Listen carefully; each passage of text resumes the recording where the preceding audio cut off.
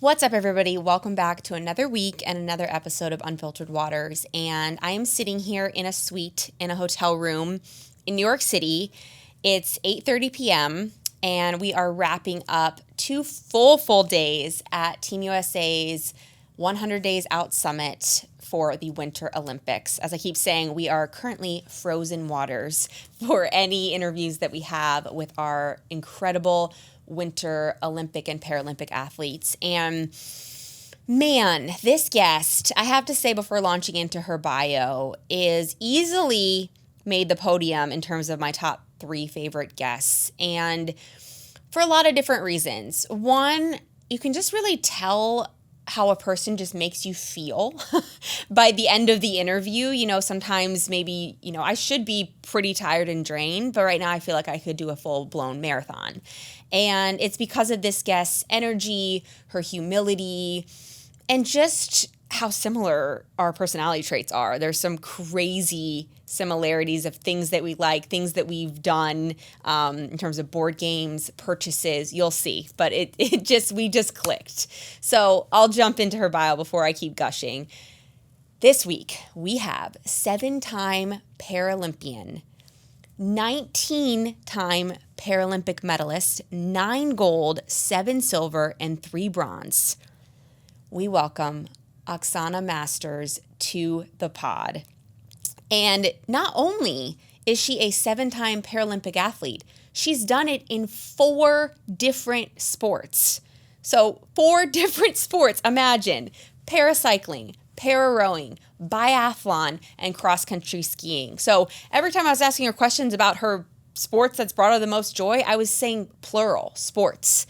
And, her bio is obviously incredible. Her story is even more incredible, and how she's reacted to her story and the perspective that she brings. I mean, she was teaching me things and helping me reframe, the way I look at the world. And so I won't go any further because I want you all to have your own opinions and hear her joy and hear her story. Before I let you go, you got to do it. If you're on YouTube, please hit that subscribe button. It helps so much, and we appreciate it a lot. Hit that subscribe. You did it. Thank you. Now enjoy my conversation with Oksana Masters.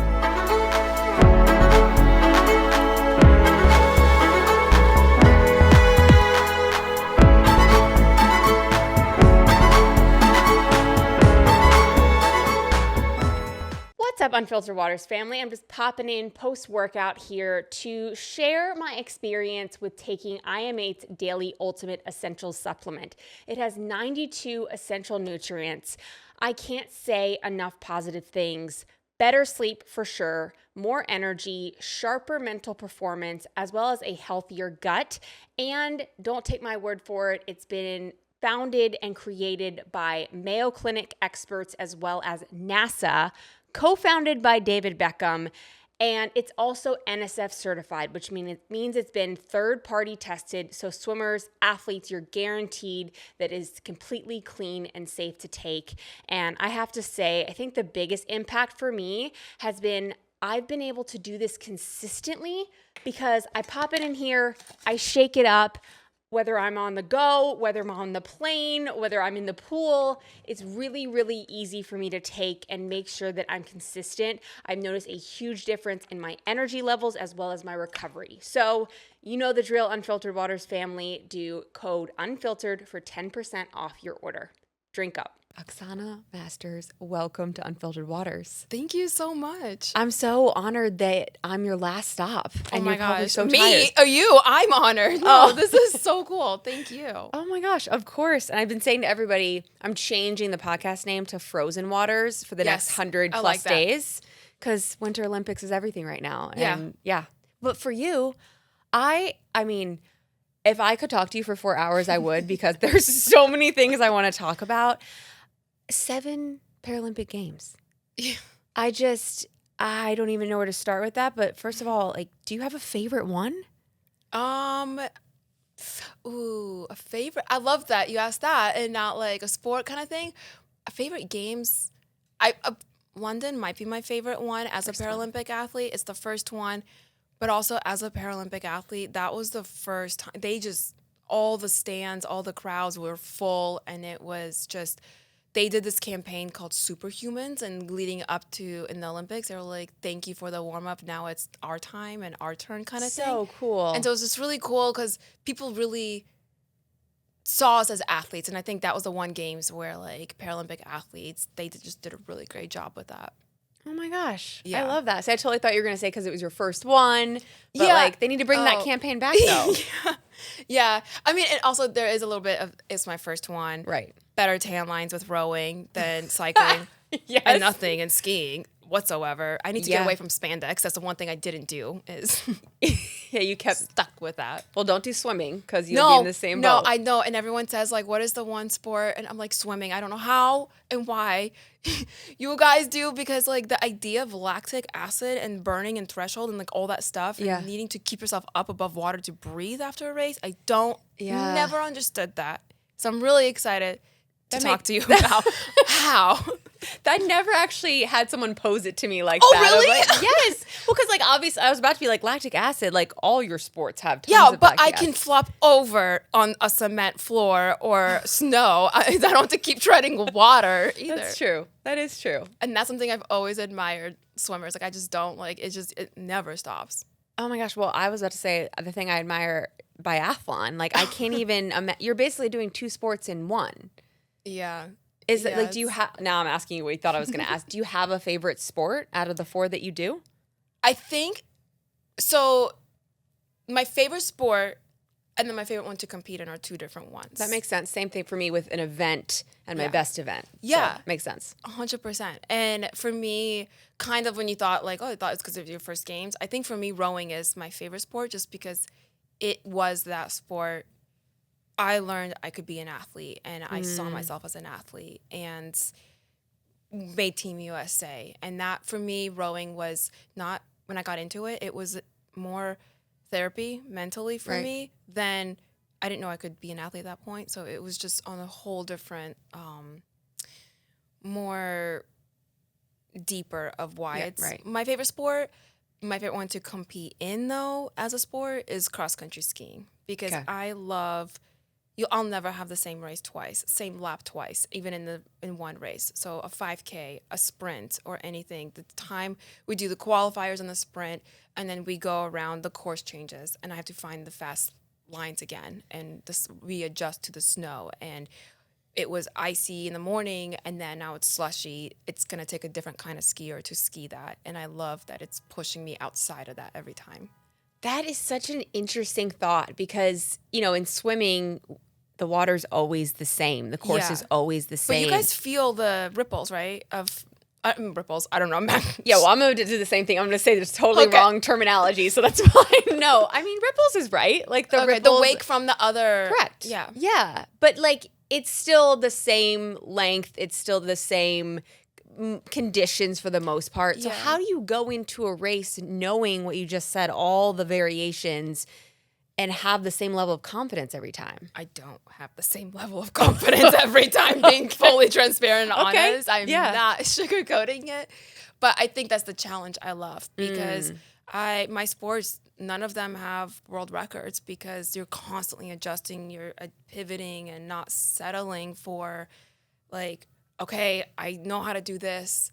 I've got this turned down, because the minute you have confidence in that, or I've gone into something with confidence, I crash out because it changes and that kind of stuff. So it's just, I love it because, and that confidence I think comes from the more I can expose myself to uncomfortable situations and courses and terrain, the comfortable and confident I'm going to get in that moment of the race when I'm pushing myself all out for it. So I guess the confidence comes from the training side of it. Yeah.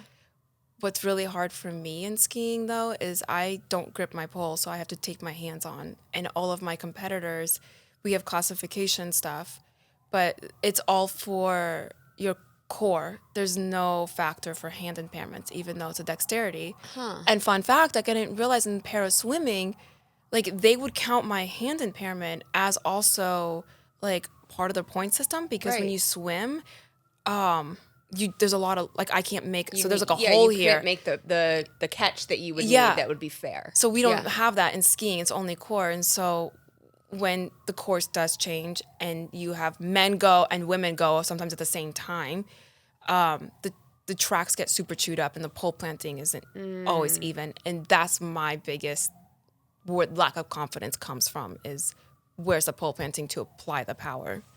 Oh my gosh. So you have an added factor that nobody else has. To kind of overcome. But but it's, why not? Bring it on. It's a challenge. I feel like that's just, obviously doing a ton of research on you is just the metaphor for your life. Like you are just one badass chick. Like it's just, I just don't know when to stop. Well, let's talk about that. Is that your greatest strength and greatest weakness all rolled into one? I think so. I think a lot of, I don't know if you ever felt that ever, if like sometimes your greatest strength was a fine line of a weakness too. Yeah. And that's something, I think that's the key is balancing that and finding it and just flirting with it, but not going into the other side of it and finding that balance. So. How do you find that balance? Great question. Because I haven't found it yet. So when you figure that out, you let me know. Cool. I'll call you and be like, here it is. I found it. Yeah. I haven't found it, but I think it's don't change that part of you that is your secret power too. And that is making what you're so good at your sport. Because yes, it's a fine balance and sometimes you might slip to the other side. But remembering that is also why you are where you are and who you are also. Yeah. It's your superpower. I would rather that and just flirt with that edge a little bit. Sometimes the foot slips off or leg falls off into it, whatever we want to say. Yeah. But yeah. Yeah. I couldn't agree. Sometimes I need to affirm that to myself, but I think that's so true. Like every superpower and every person who's successful has that edge where I believe like there's always that dark side, right? It's just like how you manage that dark side. Absolutely. And just appreciating the superpower and why you have it. Yeah. Yeah. And putting it for good. Absolutely. Because I used to think my superpower was like I was a really angry racer too. And I just felt like that was my strength. Is like I just had so much growing up rage and frustration and anger. And our sports psychologist, he called it, he reframed it as positive mad instead of angry racing. Positive mad. Yeah. Okay. And I was like, okay, I like this because he wasn't trying to change me and change the way I race because clearly something was working. But he's like, okay, let me show you, do this like thing with you when you're in your positive mad stage. And he had me put my arms out. And then he's like, okay, think about that thing when you're angry and that positive mad. And then he's going to push out on my hands and I'm going to resist. And whatever that is, I think about in that race. And then I did it and he was eventually able to push against me. And then he said, okay, now I want you to think about something that brings you joy and you love. Doesn't have to be while you're racing or whatever, just in general, that one thing. And then did the same thing. And then he pushed against it, but I was able to resist his pushing for a longer time. And then so he was saying how what I thought my superpower and that dark side as an athlete was my strength. It wasn't a sustainable strength, right? And power. So it's also knowing when to switch that on and off, and well, because it can eat you alive inside. Yes, Yeah. And I think I actually that was something I was going to ask you about because I think I'm similar where I was like I get so mad and so aggressive, and it's like, well, yeah, you can take that out on your sport and on the race, but then you look back and you're like, did I actually enjoy that? Yes. Paralympics or Olympics? Did I enjoy that race? And that's the whole point, right? Yeah. And so you lose that. So 100%. I'm using that now. So it's positive mad. Yeah. So and do you say that to yourself? Like, I need to get positive mad today. Yeah. I love that. I'm getting my positive mad on right now. I love that. So you've referenced your childhood a little bit. I know you've talked about this so much. But I think the thing that is so interesting to me, having gone back in my own childhood and learning just how much that affects you present day. Yeah. What have you learned about yourself, and what's something that surprised you as of recent that you've learned about your childhood growing up in the orphanages and just experiencing all the trauma you experienced? What have I learned about that, and something recent I've learned about that?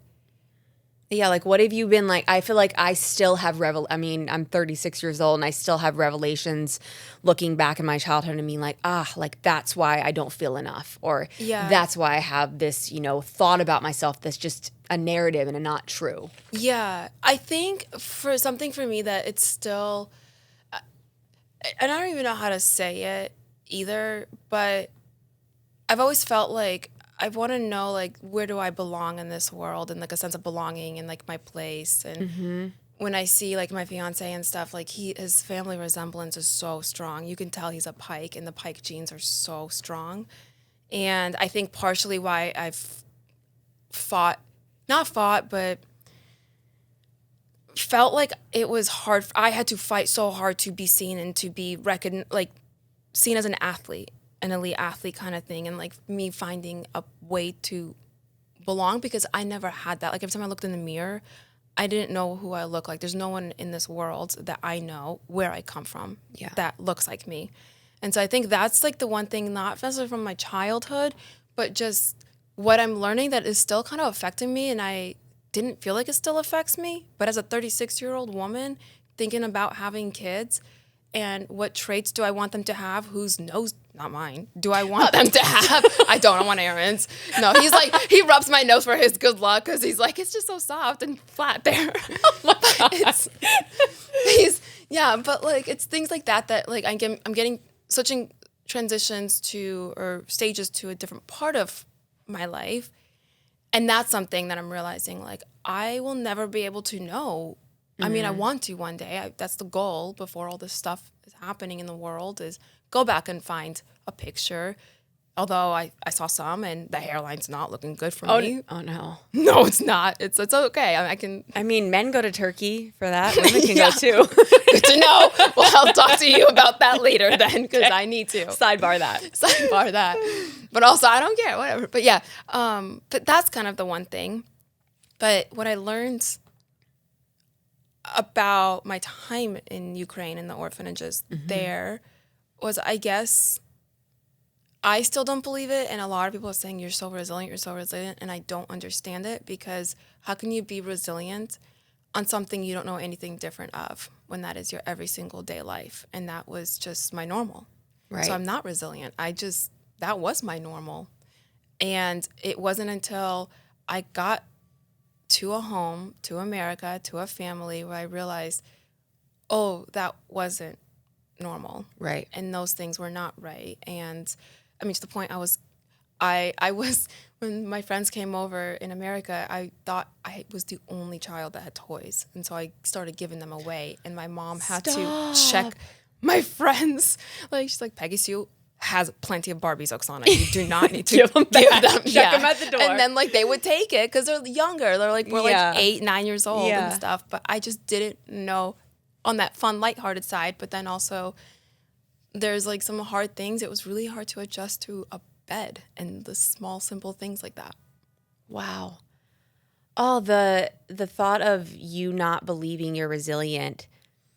Do you ever feel like when people tell you, like when people have told you that, either now or then, there's like a feeling that it almost annoys you or bothers you because you're like, but I don't believe that, but you're saying something nice to me, so I should believe it? Yeah, I struggle with that. I don't like compliments in general, but as far as like stuff like resilient, oh, but you're so resilient and you can come back from this, and because you're resilient, you're gonna come back and do just fine at these games, and that kind of makes me a little bit like, it's just frustrating because I don't believe that I'm resilient, and I don't believe myself sometimes or trust myself until that clock starts and you jump off that board and I'm skiing away on the start line. That's the one place my mind's out, and that's the one time that I'm just going through the motions and doing what I know and what my body whether it's muscle memory or whatever it is. And in that, but I don't do well with, I do a better job of bracing it than talking about it and showing and hearing the resilient side. if that makes sense. I don't even know if that makes sense at all. It makes so much sense because I think a lot, and not in the same way, but people will say certain things of like, you should feel this, right? You should feel that, or you should feel that you're resilient, right? And people tell you that, you're like, well, I should say thank you because I don't want to feel like I'm not appreciating, but then you feel this like feeling of like disingenuous thought, you know what I mean? So it actually makes so much sense. Had like really awesome races where it's like, okay, the results say one thing, but like like good job, but I'm so mad at myself and people get mad at me. Yes, because all the time. I'm like, but I did this and didn't do this and I'm so mad about that. And like, but you won. What are you talking about? And it's not necessarily about the win. Right. It's how you feel about it. Yeah. Yes. Yeah. I think, and it probably makes you a much better person in supporting people because you know that in that moment, to me now I'm just like, I would want to say, how do you feel about that? Before saying good job or like, oh my God, like you're so incredible, all those things. So I think that's a really important, empowering thing to share because people need to know that. Like people need to hear that. Like love and support is showing up for people how they want you to show up and support them, right? So what do you feel like you believe about yourself? And that's like a really broad question, but more just like, if you're not, like when you think about your story and you think about your journey so far in your life, when you look back, like what is the emotion that you have? Disbelief. Yeah, sometimes I just feel like it's not until someone, like, I don't know, Aaron points it out, or my mom or my family and stuff, and it's like, oh, did I? Really? But like, I think it's just disbelief. I don't know. Aaron calls it imposter syndrome sometimes. Imposter syndrome. But yeah, disbelief would be the word. Yeah, that makes sense. I feel too lucky to have. To have the things I've experienced and have done and lived through, or one can argue the unlucky side of it too from the first part. But I feel very lucky.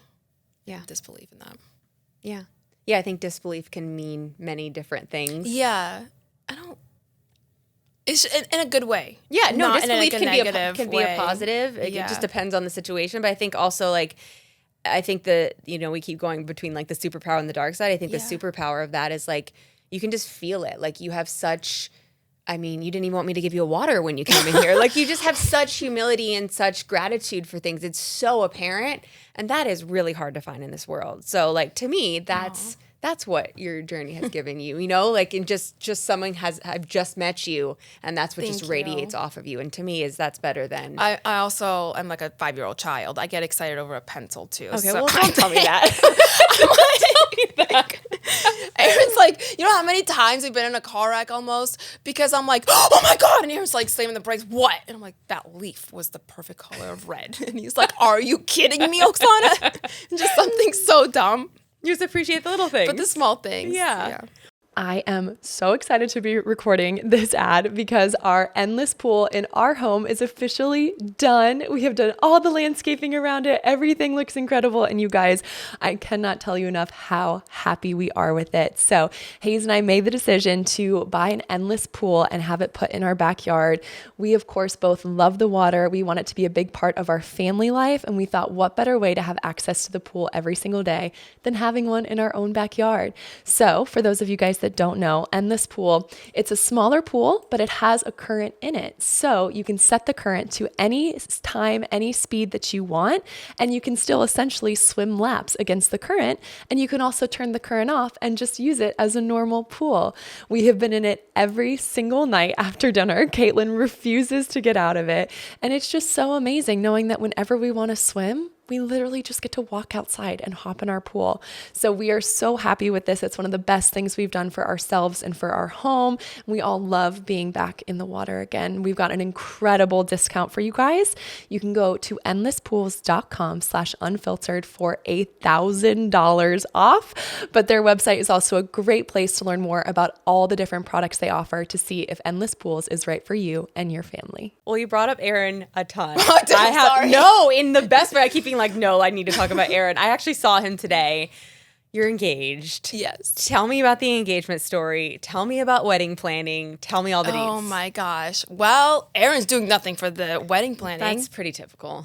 I'm sorry. He's like, well, I did my job. And I'm like, but you don't have He did the job as what? Just the proposing? Asking, do you know how long he waited? How long? 8 years and 3 months. And I was like, when did you know? He's like, year 1. And I'm like, why would you make me wait? Why did he make you wait? I don't know. Well, because in his mind, he's like, well, I thought we were already together. Like, I knew you were my forever anyways. And I'm like, I don't care. I need a ring on it. I need you to communicate this with me. And then, but yeah, so the way he's so thoughtful. He's the kind of guy, he's a romantic for sure. Oh. And he's so kind that it's almost too good to be true. And that part of me is so afraid to kind of like, I'm like, when is this moment going to come where the real side is going to come through? Because people like you can't exist in this world kind of thing. And he proposed in Jackson, Wyoming. Yep. And because it's very in the Tetons on a gondola, because in Sochi, we met because I know. He sets the bar here, so I'm like, what am I supposed to do with this? I can't even reach the bar, and I'm supposed to surpass the bar? Is his love language gifts? No, it's just simple acts of hugs, kindness, letters. Okay. He writes letters too still. Oh my God. He's in a different century. He's in a different century for sure. Yes, he is, because he likes the what is it, like liquid thing that you put your stamp on with like the little back in like the Ravens time. I don't know. Like I don't know what do you call it. Like the seal? Yeah. I feel like I've seen it in a movie. It's like a candle like thing. Yeah. Oh my God, he does that? Yeah, he likes stationery and things. Wow. So I mean, that's worth the 8 years wait. No, it's not. Maybe not 8 years. 8 years? Well, like, okay, you're right. And 3 months. Okay. And 3 months. How many days? It was, I think I lost track after 14, so it'd be like 3 days. So yeah, 8 months or 8 years, 3 months. Like about like it was going on like a 14, 15 day kind of thing. My goal when he did it, I was like, okay, Aaron, when you ask, I'm going to be like, let me think about it and make you wait 8 years and 3 months. How did that go for you? Instantly was screaming yes. Because we were in a gondola, the windows in the summer were open, and unlike the winter where they're closed, they were open. I didn't realize, and we got off, and they were like, are you okay? Because I was screaming, and I was like, no, they're happy. And then my mom has a really close connection to the Tetons. She did a lot of her adventures and she just loves it there. And right after college, she kind of worked there, has a lot of college friends there, and just really every story circles around the Tetons. So Aaron wanted me to have a connection to the Tetons as well. And because I know it's not fair. He's so sweet, it's not fair. But he wanted me to so put that on pause and going back to Sochi in 2014. It was so dumb. It's so like just so childlike, but it was a moment. He was going on a gondola to get back from the Metal Plaza to back to where we're staying at the village. We had to take a gondola ride. He's on wheels, and I, one leg over here, 2 legs, 1 speed over here, thinking I can keep up with 4 wheels. I can't, and I'm doing my best speed walk to get on that gondola with him. Yeah, to just be the 2 of us, and I did, sweaty and all when I got in there.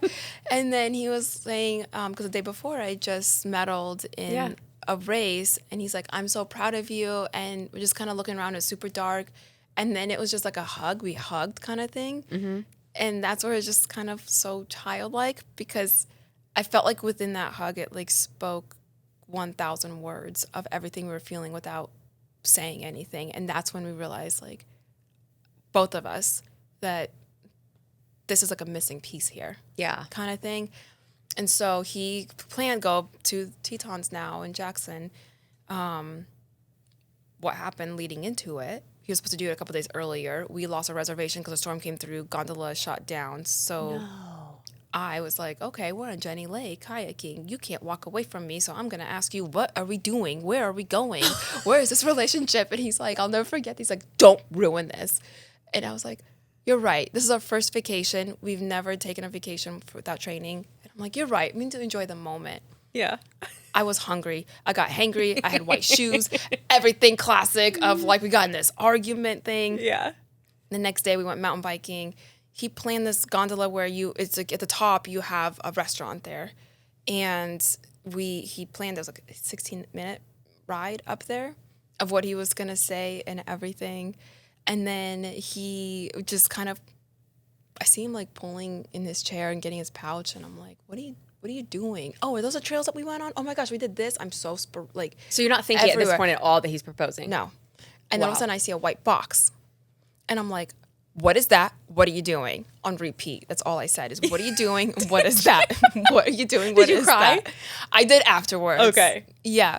And he was just, he had a whole speech plan that he did not really say because it was like in the moment kind of thing. And a storm came in. We took someone else's reservations at the top because the same thing happened how we lost ours. They let us eat dinner and everything up there and watch the storm come through. FaceTime my mom right at the top. And now going 3 years later on the wedding planning, which is still going. I took a long engagement too. It's all right. You got a lot going on. You only get 2 years between each Olympics, not 4, so it's a lot. I know. But I also want family and kids, so we gotta start like, let's go, Aaron. Yeah. So now you're I just put it on him. I love that. Yes. Yes. Oh my gosh. And for people who don't know, he is also a Paralympic athlete. He's also a Paralympic athlete. Yes. He was he was paralyzed when he was 13. So kind of similar to like I had my leg amputated at 13. I was told when to amputate my second leg and make that decision. So I had it at 14. At 13, his first time hunting with his dad, where he's at the age where you can shoot, and he's wearing all orange in Virginia, and a hunter just hears a noise and just starts shooting without confirming, and so he was paralyzed right there on the spot. And he, according to him, because he grew up playing basketball, football, so his version of athleticism is how far you can throw a ball or catch a ball. I have no athleticism. I'm so not athletic, according to Aaron. I mean, I'm not. It's actually some similarities. My husband was a football player, and he says that I have no athleticism, and I'm like BS because like you are like way more athletic than a football player for sure. Thank you. Thank you. Yeah. Thank you. Okay. Yes, we literally I think have experienced some certain things for sure. You get it. I get it. But yeah, he's also a Paralympic athlete, and what's really cool about his story too is when he was the number one alternate to the 2008 Paralympic Games. He didn't make it, and that's the team he wanted to make. I wanted to make the 2008 team and did not make it. Our first games was London. At that time, we didn't know each other, but we've been to every single game since then, winter and summer, all like at the same 7 games. Wow. And it's just kind of funny how life works and people are kind of weaving in and out until it takes the right moment, right place to open your eyes. He gets it. He just gets it. You don't even, it's unspoken. Yeah. And I'm lucky. My mom keeps telling me, like, Oksana, don't mess this up. Don't lose him because he's amazing. I don't think that's possible. But it sounds like before we started rolling, you were banned from playing Risk, so that may be the Girl, we gotta talk. We gotta talk about this. Okay, so to set it up for people listening, watching, you came in, you said, I'm banned basically. Yeah, he won't play. He refuses to play with me anymore. And I'm assuming it's because you're too... I'm passionate. Yes, let's just not say, I like that. I'm passionate, not aggressive, passionate. Yeah. So Risk was my game.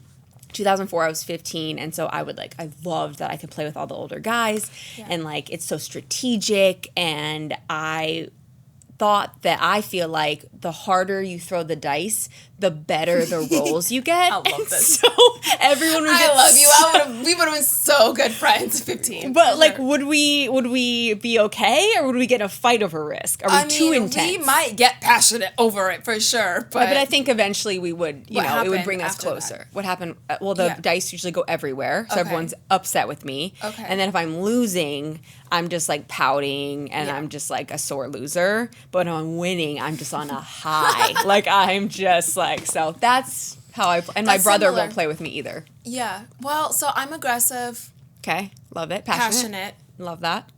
But that passion might have slipped to aggressive, though, because... What did you do? There was one rule I had when we started playing Risk. It's not like I set myself up for success. I just told no one to, don't come into Ukraine. Don't come into the country Ukraine at all. No one. I was like, do you know what risk is about? Like, that's a tough one to not come into. And I was like, for all my pieces and set myself. Everything was always up in Ukraine, and just like every move, all around that, and that time came where Ukraine had to be taken over, and I was like, what? And then I was like, I swear, my hand I was like, what do you mean? No, you flipped the board. But I flipped the board. I went a step further from rolling the dice hard. You beat me at my own game. Congrats. I literally had from Seinfeld, like that, episode when they're playing it on the subway. That was me. That's what a reference. Yeah. Oh my God. Yes, that is the best episode. I watched that episode. I'm like, I would do the same thing. That's not even that crazy. Exactly. Yes. Oh, all right. One day you and I are going to play a risk game, and I promise you I will not come into Ukraine. That will be the only rule. And when it happens, I apologize ahead of time. Great. Any actions. No harm, no foul. Yeah. Bring it on. Let's do it. Oh my God. We're going to go into our power play section, which is just like fun, rapid fire. So the first thing is, obviously Milan is one of the fashion capitals of the world. Yes. So what is your favorite fashion accessory? My favorite fashion accessory is, I would probably say earrings. Okay. Because, like, for me, this is actually something I'm really passionate about, is I want to get more into making jewelry more accessible. Oh, okay. Because it's really challenging for me to put it on, clasp it, and do it. And a lot of times I can do earrings, and that's just about it. But, actually, a bag. Like, why am I saying earrings, too? Like, accessories. I think a bag is my favorite. Like, yeah. Oh, I heard about this Chanel bag. I was going to ask you about that. Gosh, what yes. did you? So I saw that you were going to get it because, like, I was going to get it to myself if I was going to get a gold medal, because this course in Paris was flatter. It was not set up for me. So, and my worst critic, I'm counting myself out of the game before it even starts, even though I tell myself, like, I don't really, it's weird. I don't believe it, but sometimes the conversation I have with myself isn't the kindness going into races. And so I was like, oh, this is so far-fetched. I'm not going to win a double-double, which in cycling, if the road race and the time trial is the double-double in that road race, in that road cycling. And I'm like, this is going to be impossible in this course. And the Dutch team are just so strong. This is their place and their whole thing. If I do, I'm going to invest in myself and my hard work with the Chanel bag. And I'm like, this is worth it. And I told Aaron, I'm like, it's like a truck. It appreciates in value. It does. More so than any car. And he doesn't get that. And actually, I ended up winning both of the races, surprisingly. Yeah, you did. And I was invited to go to Chanel to do the whole, oh my gosh, like at her apartment, at Gabriella's like apartment where she stayed. It was her apartment, but she lived across the street at the Ritz-Carlton. I know her whole life story because I identified with her, because I never identified with athletes, but she was an orphan and she made her life from nothing to something and found her place, and I connected and resonated with that story. And her quote is in my high school yearbook, which is, "To be irreplaceable, one must always be different." And that kind of hit me when I was, I have my hands and my legs and so many, my hair won't curl, like so many things that just like are making me different, that at a time as a 16-year-old, 18-year-old, 17-year-old, the conversation in society is viewing me as different. Oh, you're ugly and you're not, that's not what beauty is, and it's only one way. And when I read her quote, it made me feel like, oh my gosh, I'm irreplaceable, and it's because of my differences, and helped me reframe the way I viewed myself in my conversation and dialogue internally. So when that moment came, that bag meant more to me than just a bag. Gosh. But yeah, now I'm chasing a Prada bag because we're going to Italy. Yeah, perfect. Or Gucci, whatever. Can I tell you another similarity? After my first world record, I went to the mall and got a purple Chanel bag. Oh, no way! Yes. Oh my God! Yes, because Chanel was it. Oh my God! I think I'm just following you around with like everything. Yeah, I mean, Chanel was it. Yes. Like, it's just like the cream in the crop. 100%. Classic. Like, Now I have a new reason to be obsessed with Chanel. Yes. Because of your story. It's so cool. Okay, if your life was a movie, what would the audience be screaming at you to do right now? Oh, that's a good one. I don't know. I'd probably say stop saying sorry. I don't know. Because I say that a lot. But they're probably just like, oh my God, if she says sorry one more time. You know what I was told to change that? Instead of saying I'm sorry, like in an email or it's like, oh, sorry to keep you waiting, be like, thank you for your patience. You're right. That's really smart, actually. So just like flip it to just like, because you're so nice, you like want to say something. Yeah. But you don't need to apologize. Do you feel like as women, like, I feel like this is the problem too, and I'm starting to get mad that I'm saying sorry and I'm trying to change it. But it's like, why do we say sorry to that extent? And men don't as much. No. And especially as athletes. No. Male athletes never. I very rarely hear them say sorry. Now that's your New Year's resolution then. Stop saying that's sorry. I like that. Yeah. Perfect. Yeah. All right, we're going to move into our final 3 questions. We asked all of our guests. So the first question is, what is a moment or memory outside your sports? I've never said that on this podcast. Outside your sports that's brought you the most amount of joy? Well, I think Aaron in general, but I think one of my favorite times I felt just pure joy in realizing I'm hopefully having a positive impact is I got a message a long time ago on Facebook about a mom and how her daughter she showed a picture. Her daughter was younger in middle school and she had one prosthetic leg above the knee, was so afraid to show it and went to school hiding it. Her mom came across my story around one of the game times way earlier on, and she saw a picture of me showing my legs, and she was saying how we like did this whole deep dive into you. The next morning, she was wearing a dress. Her mom didn't say anything or whatever. She's just like, that's so cool. And so it's moments like that to me that bring me the most joy, and to know, because little Oksana, if I had someone like that to look at and have cut 16 years of my life of hating myself and being so harsh on myself and hiding all the things, that really, really is my moments of pure happiness. Yeah. Outside of sport. Yeah. And Chanel bags. And Chanel bags. Same question. Moment or memory inside one of your sports that's brought you the most joy. Inside one of my sports. Do you feel like if you were thinking about this, like all your memories are flooding back? Oh yeah, everything. I'm like, what am I? Yeah. Which one is it? Oh gosh.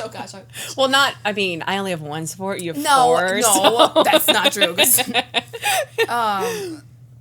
If you want, you can pick one from winter, one from summer. If that's hard to pick. I think, the one from summer would be rowing. When we were going in London, we had to qualify going into it, like, to the games, top 2 out of all these other countries that were vying for a spot. We qualified, we went to London, and we were a new boat, we were the smallest boat, we were the least experienced boat. We were not expected to do well to make it past the B final into the A final at all. A final is the top 6 where you compete for the medal. And we lost our first heat, so we had to go to the repechage, and then that means race the next day, and then it had to be top 2 from that. We won that one, and then all of a sudden we're in the A final, and we're like, oh my gosh, I'm like, I did it. This is my medal moment. Like, I'm realistic. We're not going to beat all these people out. We're not getting on the podium. Let's be real. Rob's like, we're here. We're going to try. And I was like, Rob, my rowing partner. And I'm like, hell yeah, we are. You're right. And then that just switched over. I'm like, why am I settling now? Yeah. And then we actually, the wildest thing, in London, we were the last off the blocks, and we were racing from behind. And then all of a sudden we started, it's called walking on other boats when you start catching them kind of thing. Oh, I like that. And passing that. So we start walking on all the other countries, and then China's out, and then I think France was the other country that was in second place. And I will never forget the roaring, and this is what you must feel in the pool, or maybe like you don't hear it. I don't know. For breaststroke, when you come up, you can hear it. Yeah. And I never heard it any time since, because all my other sports are outside. Yeah. Okay. And because rowing is huge in London and England and stuff like that, the prince, all these kind of queens and people were there and things like that. We were tied neck and neck with the British boat for 3rd and 4th place.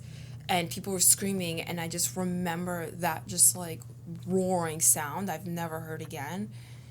And then we crossed the finish line, and it popped up China, France, and then like 3rd and 4th was like I'm like, oh my God, Rob, if we were not on that 3rd place slot, I'm gonna kill myself. I got so dramatic and just like, he's like, you didn't go hard enough because you're talking right now, kind of thing.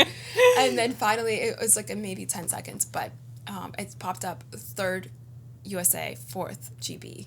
And that moment, chills. I was like, oh my God! And everyone just lost it, because it was kind of that underdog story. We were written off, and that moment, it's not a gold medal, but it was that moment of pure just joy. Yeah. And that's the first, and then in rowing, you row to a different dock for the medal ceremony, and I'm so excited.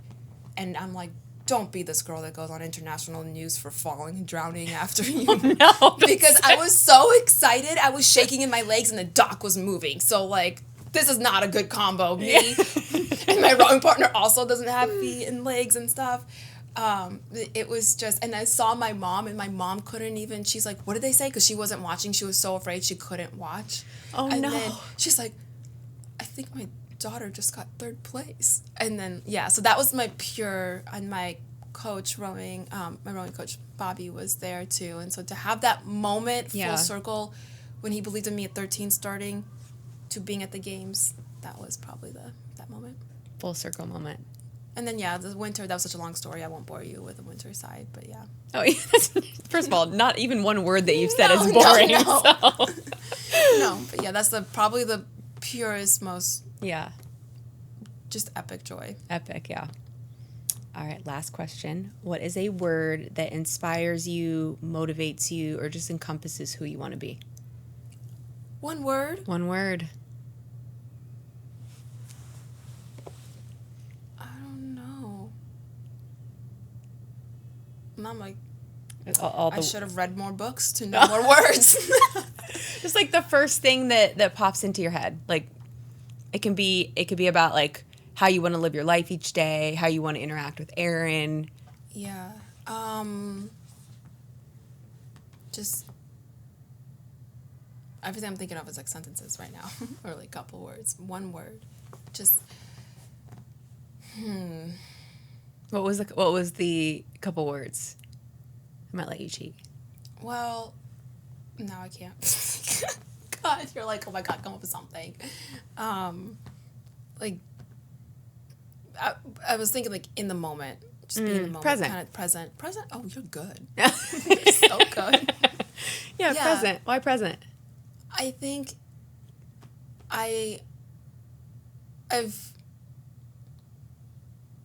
because the present's the one thing that's guaranteed that we have right now.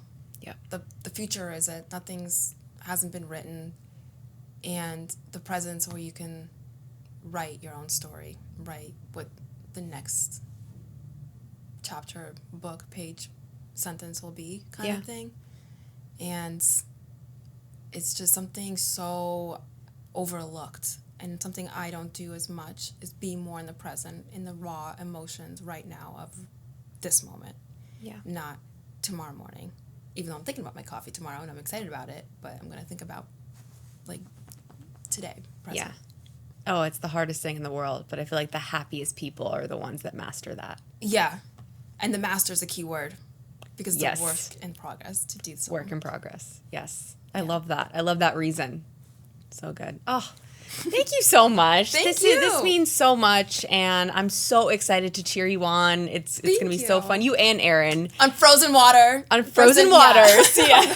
Yes. Frozen waters.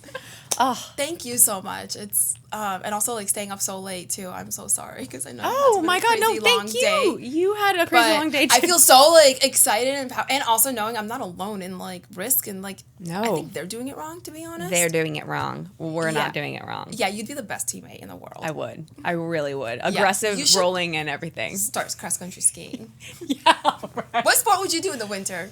In the winter, I've always thought about. I think I would be I think it would be something like skiing, like cross country. I don't think I have a good like. I think a sky jump would be, or a ski jump would be scary. Absolutely. I don't like the dropping feeling. The outfits aren't cute either. No. No. Matters. Italy. Fashion. Yeah, exactly. I think cross country skiing is the main because I love watching. What about speed skating? Speed skating that's could like be superpower too. Yeah, but it's just that I can't ice skate. But if you're asking me like what would I do pre-swimming? Do you know what I mean? Like swimming, my ankles are too like flexible now. Yeah, and so I literally can't I cannot put on ice skates and skate. I fall. Wait, it's forever changed your ankles? It feels that way. Oh my gosh, I'm sure I could work on it, but I just haven't. But yeah. Wow, that's so interesting. Yeah.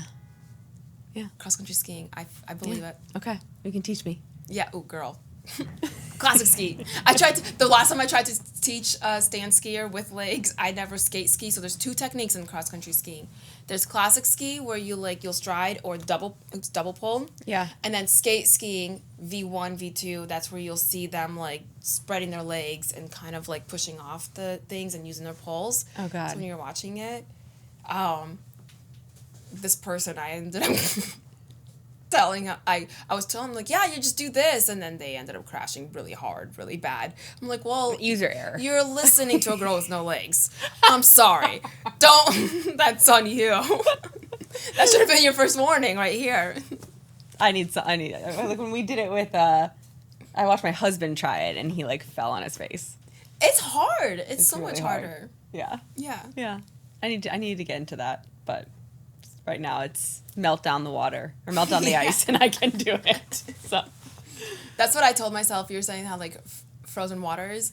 I was like, okay, from rowing, it's in the water, but skiing is just frozen water. It's all water. Exactly. That transition. Yeah, you kind of did do the same thing. Yeah. Yeah. So I believe it. You don't have to melt down water. Yeah. You got this.